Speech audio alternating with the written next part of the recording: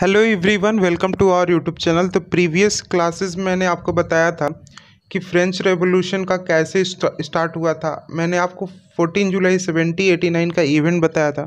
उसके बाद मैंने आपको बताया था कि French society during the late 18th century के बारे में बताया था कि उस समय जो फ्रेंच की सोसाइटी थी वो तीन भागों में डिवाइडेड थी। जो फर्स्ट स्टेट जो थे वो कलर्जी थे, सेकेंड जो थे वो नोबिलिटी थे, और थर्ड जो थे वो कॉमन पीपल थे।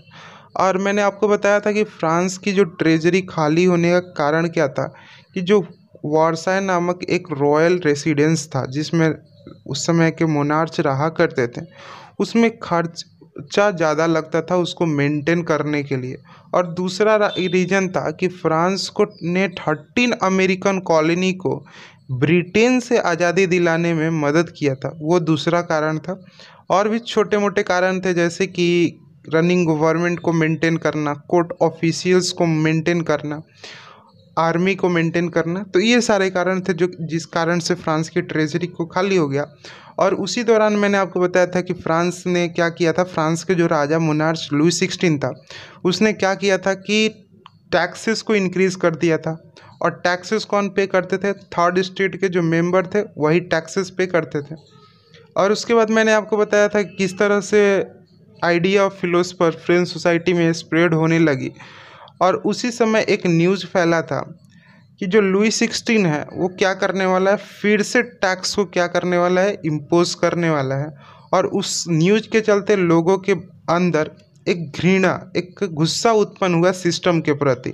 तो चलिए आज क्लास में हम लोग पढ़ेंगे द आउटब्रेक ऑफ रेवोल्यूशन के बारे में, कि रेवोल्यूशन का आउटब्रेक कैसे हुआ। क्या ये कहानी 14 जुलाई से स्टार्ट हुई थी? क्या ये कहानी 14 जुलाई से स्टार्ट हुई थी या इससे पहले हुई थी? तो इसी में पूरा हम लोग कहानी देख लेंगे। तो चलिए स्टार्ट करते हैं। The outbreak of revolution. ठीक, लुई 16 कौन था? फ्रांस का राजा था। उसने क्या किया था? टैक्सेस को इंक्रीज कर दिया था। और वो आप प्रीवियस सेक्शन में उसका कारण को पढ़ चुके हैं। जैसे कि मैंने बताया कि उसको वर्सा में को मेंटेन करने के लिए बहुत सारा पैसा खर्चा करता था। और फ्रांस ने 13 अमेरिकन कॉलोनी को ब्रिटेन से आज़ादी दिलाने में मदद किया था। तो ये सारे कारण थे जिसके कारण के चलते फ्रांस की जो ट्रेजरी थी वो खाली हो चुकी थी। और जब खाली ट्रेजरी हो गई तो उसने क्या किया, लुई 16 ने टैक्सेस को इंक्रीज कर दिया। ठीक है। How do you thinks he could have gone about do this? क्या आप सोच सकते हैं कि उसने ऐसा कैसे किया? क्या फ्रेंच के राजा के पास वो इतना पावर था कि वो टैक्सेस को इंक्रीज कर सके? क्या वो अकेले कर सकता था? तो चलिए देखते हैं। In France the old regime. Old regime क्या था? मैंने आपको बताया था। ओल्ड रिजिम डिस्क्राइब करता है society and institution of France before 1789, before 1789। और इसका हिंदी मतलब होता है प्राचीन, प्राचीन राजतंत्र होता है। ठीक है।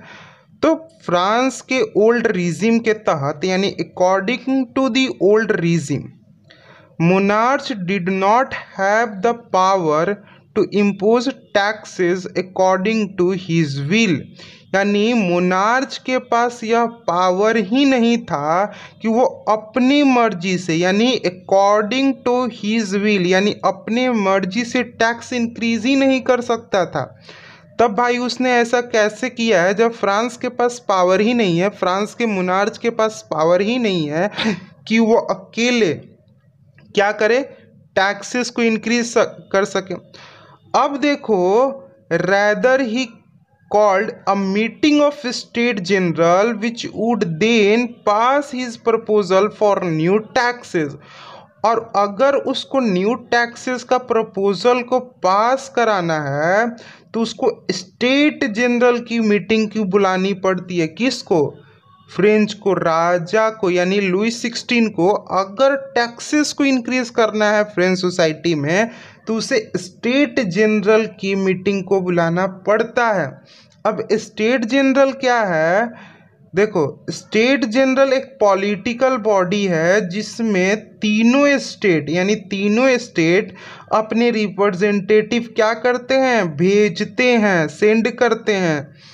हाउएवर लेकिन the monarch alone could decide when to call a meeting for this body. लेकिन यह निर्णय राजा ही लेता था कि जो स्टेट जनरल की मीटिंग है उसको कब बुलाई जाए। ठीक है, और this was last time done in 1614। और स्टेट जनरल की मीटिंग लास्ट टाइम कब हुई थी? 1614 में हुई थी। अब देखो ऑन 5 मई 1789, देखो ये कहानी कहाँ से स्टार्ट हो गई? ये 5 मई से स्टार्ट हुई। अब देखो 5 मई 1789 को क्या होता है? Louis 16 called together an assembly of state general to pass proposal for new taxes. यानी लुइस 16 ने स्टेट जनरल की मीटिंग बुलाई, किस लिए? न्यू टैक्सेस के प्रपोजल को पास करने के लिए। तो आपको समझ में आया, ये कहानी 5 मई 1789 को हुई थी, जब लुइस 16 ने स्टेट जनरल की मीटिंग को बुलाई थी न्यू टैक्सेस के प्रपोजल को पास कराने के लिए। ठीक है, और उसके लिए क्या किया गया? अ रेस्प्लेंडेंट हॉल, यानी रेस्प्लेंडेंट हॉल था वर्साय में, उसको सजाया गया उस मीटिंग को होस्ट करने के लिए। यानी वर्साय के एक आलीशान भवन में उस मीटिंग के होस्ट के लिए उस आलीशान भवन को क्या किया गया? सजाया गया। ठीक है, अब धीरे धीरे ये कहानी बढ़ती है 14 जुलाई 1789 के पास। ठीक है, देखते हैं। The first and second state sent 300 representative each. और फर्स्ट और सेकेंड स्टेट यानी डेट इज कलर्जी और नोबिलिटी अपना 300 रिप्रेजेंटेटिव भेजे, और वे एक रो में फ्रंट फेसिंग बैठ गए, यानी कुछ इस तरह से बैठ गए। इधर कलर्जी बैठ गए और इधर नोबिलिटी बैठ गए आमने सामने। ठीक है, एक रो में आमने सामने बैठ गया। अब देखो, will 600 member of third state had stand at the back. और ये यहाँ पे कलर्जी बैठे हैं, यहाँ पे नोबिलिटी बैठे हैं, और इनके पीछे 600 मेंबर थर्ड स्टेट के खड़े हो गए। तो आपको यहाँ से पता चल गया कि स्टेट जनरल एक पॉलिटिकल बॉडी है जिसमें तीनों स्टेट अपने रिप्रेजेंटेटिव को भेजते हैं। और फर्स्ट स्टेट अपना रिप्रेजेंटेटिव को कितना भेजता है? 300, सेकेंड स्टेट 300, और थर्ड स्टेट कितना भेजता है? थर्ड स्टेट भेजता है आपको 600 रिप्रेजेंटेटिव आते हैं। ठीक, उसके बाद क्या होता है? देखो, the third state was represented by its more prosperous and educated member. तो थर्ड स्टेट के जो रिप्रेजेंटेटिव थे वो ज़्यादा पढ़े लिखे थे as compare to first two state, यानी फर्स्ट और सेकेंड स्टेट के कंपैरिजन में। ठीक है, और पीजेंट को, आर्टिसियन को और ओमेन को डिनाइड था एंट्री असेंबली में। यानी पीजेंट, आर्टिसियन और ओमेन असेंबली में नहीं जा सकते थे। ठीक, however their grievances and demand were listed in some 40,000 letter which the representative had brought with them. लेकिन उनका जो ग्रेवियंसेस था, ग्रेवियंसेस मीन्स होता है शिकायत, और उनकी डिमांड का लिस्ट तैयार किया गया, और 40,000 लेटर उनके आए थे उनके ग्रेवियंसेस के, डिमांड के, जो कि रिप्रेजेंटेटिव थे थर्ड स्टेट के, वो अपने साथ स्टेट जनरल के मीटिंग में लेकर आए थे। ठीक है, आपको धीरे धीरे कहानी समझ में आ रही होगी कि अब देखो क्या होता है कि पीजेंट को, आर्टिसियन को और ओमेन को उस असेंबली में एंट्री नहीं था, यानी स्टेट जनरल की मीटिंग में एंट्री नहीं था, और उनके जो शिकायत थी, डिमांड थी, वो 40,000 लेटर बनाया गया था। और उस लेटर को कौन लेकर आया था? जो थर्ड स्टेट के रिप्रेजेंटेटिव थे वो अपने साथ लेकर आए थे। ठीक है, आप देख सकते हो इस फिगर में क्लियरली, ये एक रेस्प्लेंडेंट हॉल है किसका? वर्साय का, और इसमें स्टेट जनरल की मीटिंग की गई जिसमें तीनों स्टेट के रिप्रेजेंटेटिव आए हुए थे। यहाँ पे 300 रिप्रेजेंटेटिव फर्स्ट स्टेट के थे, और यहाँ पे 300 रिप्रेजेंटेटिव सेकेंड स्टेट के थे। और इनके पीछे 600 रिप्रेजेंटेटिव थर्ड स्टेट के खड़े हुए थे। ठीक, अब देखो यहाँ पर voting of state general in past has been conducted according to principle that each state had one vote. देखो स्टेट जनरल की जो मीटिंग होती थी उसमें जो वोटिंग का प्रोसेस होता था, उस वोटिंग में रूल क्या था, पहले रूल क्या था कि हर एक स्टेट का कितना वोट होता था, एक वोट, यानी एक स्टेट एक वोट दे सकता था, यानी एक स्टेट के रिप्रेजेंटेटिव मिलकर आपस में डिसाइड करके और एक वोट जाता था।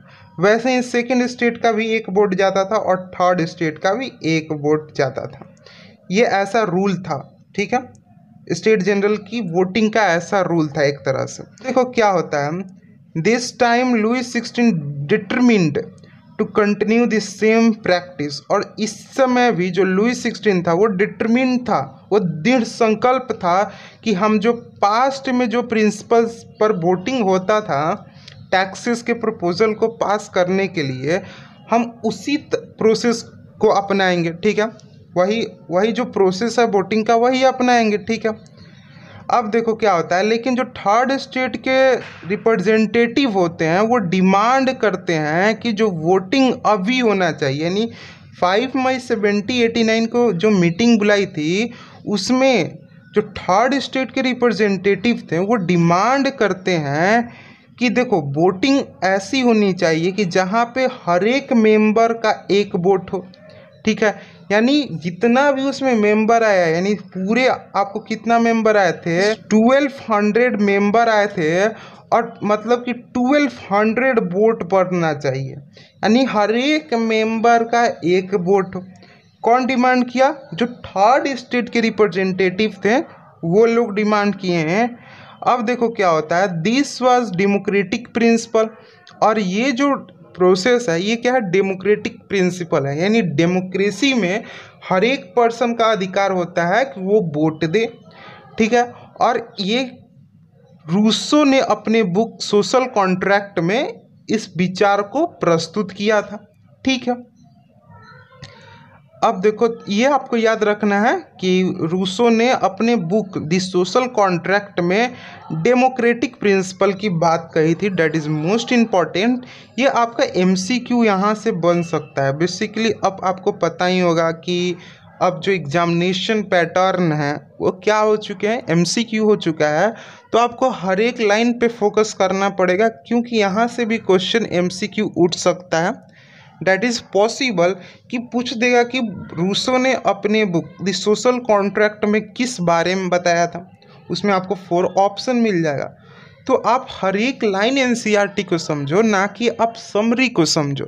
अगर आप समरी समझ के जाओगे, अगर आप वन शॉट वीडियो देख के जाओगे एग्जामिनेशन में, that is not worth it. When the king rejected this proposal क्या था थर्ड स्टेट का, कि हर एक मेंबर का एक वोट होना चाहिए, लेकिन लुई 16 ने इस प्रपोजल को क्या कर दिया, रिजेक्ट कर दिया। और जो थर्ड स्टेट के रिप्रेजेंटेटिव थे, यहाँ पे मेंबर या कहो या रिप्रेजेंटेटिव थे, वो असेंबली से प्रोटेस्ट करते हुए बाहर चले गए। The representative of third state viewed themselves as a spokesman for the French nation. जो रिप्रेजेंटेटिव थे थर्ड स्टेट को, वो अपने आप को स्पोकमैन समझने लगे। स्पोकमैन मतलब कि हम जो कहेंगे वही फ्रेंच नेशन में होगा, तो वो अपने आप को स्पोकमैन समझने लगे किसका, फ्रेंच नेशन का, कि जो हम कहेंगे वही फ्रेंच सोसाइटी में होगा। कौन कहने लगा, जो रिप्रेजेंटेटिव थे थर्ड स्टेट के। ठीक है, अब देखो क्या होता है, ऑन जून 20, ठीक है, they assemble in hall of indoor tennis court in the ground of Versailles.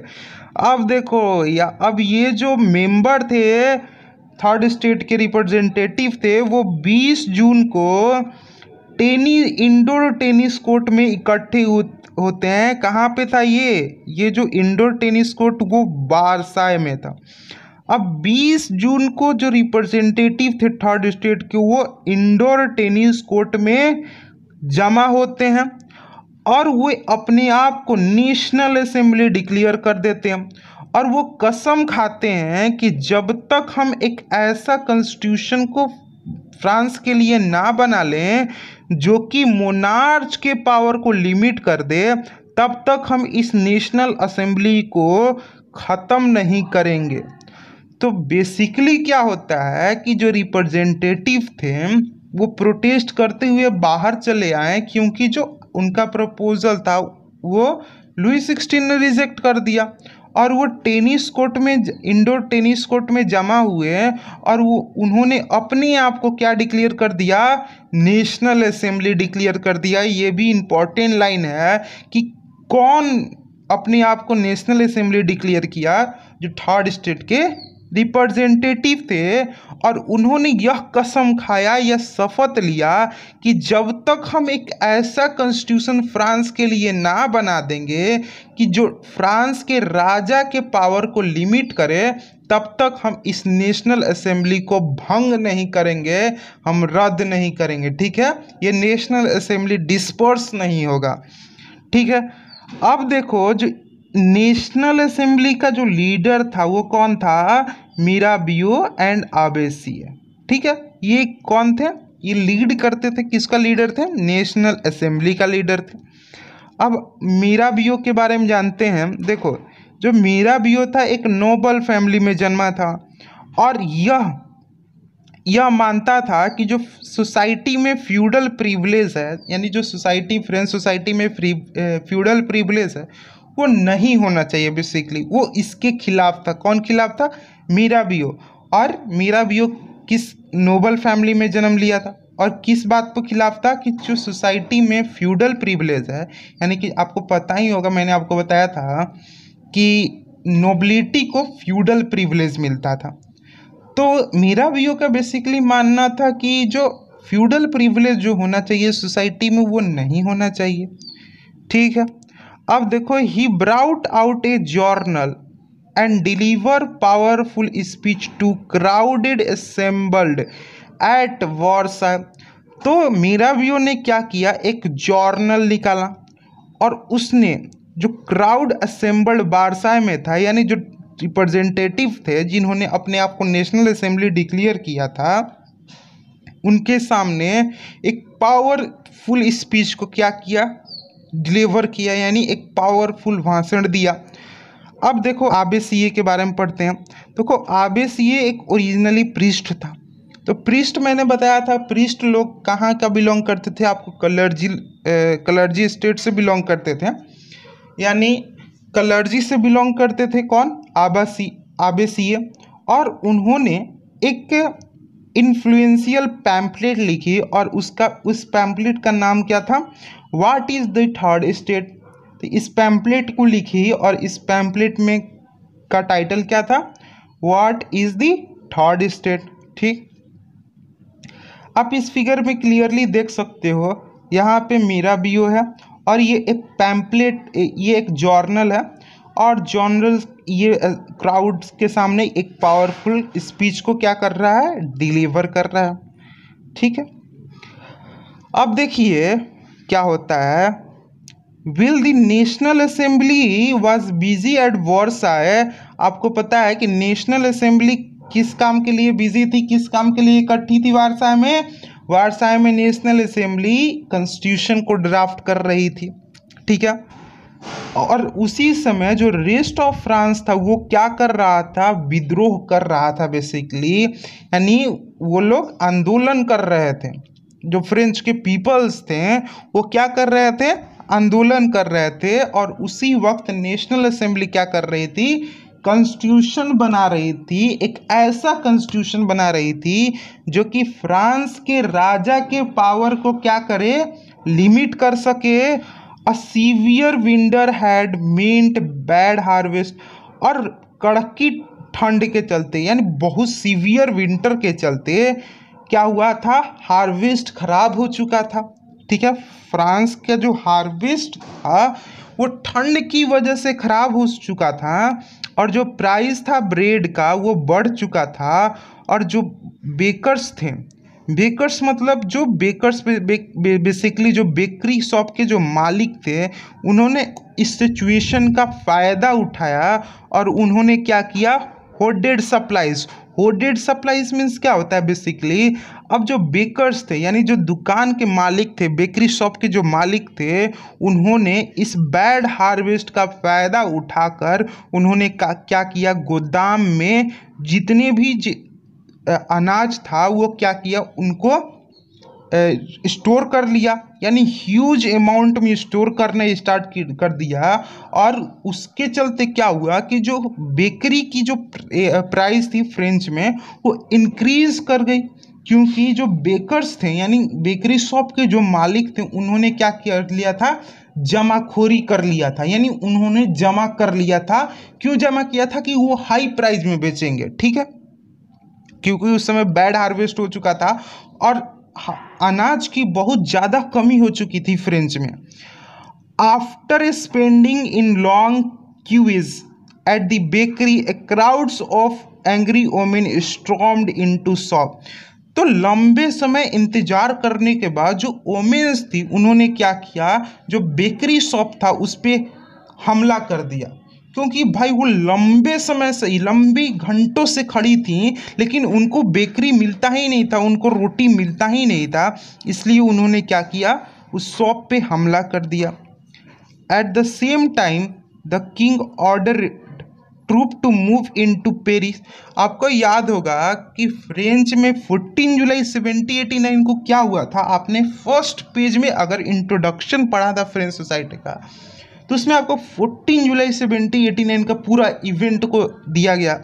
कि उस समय आपको याद होगा कि 14 जुलाई 1789 को जो राजा था फ्रांस का, उसने क्या किया था, अपने ट्रूप्स को ऑर्डर दे दिया था कि सिटी में जाने के लिए।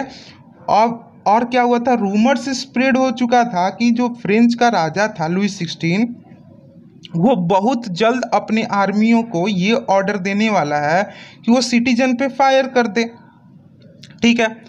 अब इसमें दिखा, at the same time the king order troop to move in to city and Paris on 14 July, a agitated crowd stormed and destroy the Bastian.